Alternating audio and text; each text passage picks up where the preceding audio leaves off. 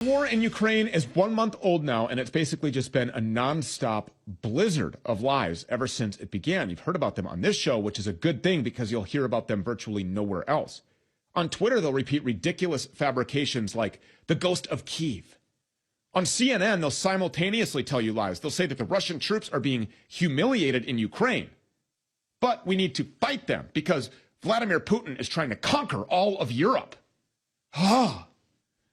In the Washington Post, they'll tell you total lies about the causes of this war. They'll say that this war happened because Vladimir Putin just woke up one day and decided to go and be a supervillain. They'll say it has nothing to do with NATO expansion, when obviously it has everything to do with NATO expansion. In the New York Times, they'll tell you lies about the Azov Battalion. The Azov Battalion, by the way, are literal neo-Nazi war criminals, but now they're our trusted allies. The only people that the New York Times will call fascists now are America First conservatives right here. And by the way, they want you to be treated the same way the U.S. is treating Russia right now. But the most dangerous lies of all, though, come from Congress, where more and more lawmakers are demanding that we impose a no-fly zone over Ukraine. Some of them seem to think this is like putting Russia in detention. Just close the sky. It's that easy. They're clueless, insane lunatics. A no-fly zone means U.S. forces fighting Russian forces. It means World War III. It means nuclear war, potentially. But insane crying psychopaths like Madam Kinzinger just lie about this and agitate for war anyways.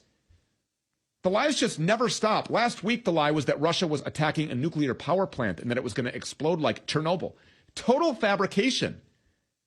Every day there's reports about Russia intentionally attacking civilians. Dig into the details and it almost is never true. Civilians do die in war, of course, but there is zero evidence that Russia is carrying out deliberate massacres. These are the lies that people are telling to manipulate you into cheering for this war. And it's working. Just like the lies before the Iraq war worked. Even the White House is lying. The other day, Biden's Twitter account posted a photo of him taking off for Europe. But the photo was clearly staged. It was taken in an entirely different season. And you remember the footage, the still image, the photo of George W. Bush standing at ground zero, right? And he had the bullhorn. And he had his arms around the firefighter. And he was there and he was saying, whoever did this, yeah, I can hear you. Remember, the whole world hears you. And whoever did this, the whole world will hear from the whole world soon, or whatever it was that he said. Remember that. I mean, it was famous. It was there. It was like this image of inspiration. Like, we need to go and we need to kick ass right now. Everybody is united. We are behind this effort. Let's go find them and bomb the hell out of and kill everybody that was involved with this thing. Turns out, the pictures of Zelensky with his body armor on, and he's going to stay there and he's going to fight. Same enemy, different scene. It actually has me wondering, between 9/11, between all this stuff, between Pearl Harbor, between Vietnam.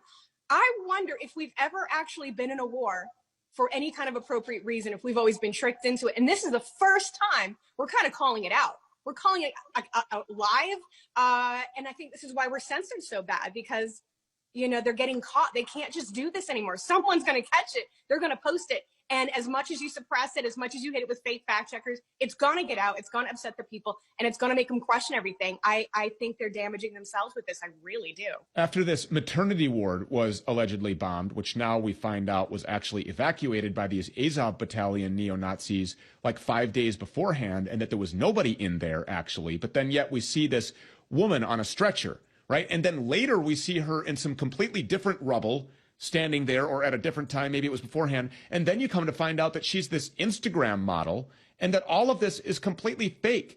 We see explosions taking place on the Fox News channel. They're just relentlessly on a repeat playing this massive explosion. Come to find out that was an explosion from China from years ago. This is absolutely the most propaganda I've ever seen. Now, Mindy, obviously we know that in war times, the first thing to be killed is the truth. But it seems that every time the Kremlin says something, it checks out. It does. And the first thing they did was they banned RT. You could find RT on Gab. You could find it pretty much, you have to search for it. And I'm like, this is weird. Okay, I've already caught the Ukrainian government and our news and our government lying about what's happening in Ukraine. And now I'm not allowed to check, oppositional research. That makes me want to go look for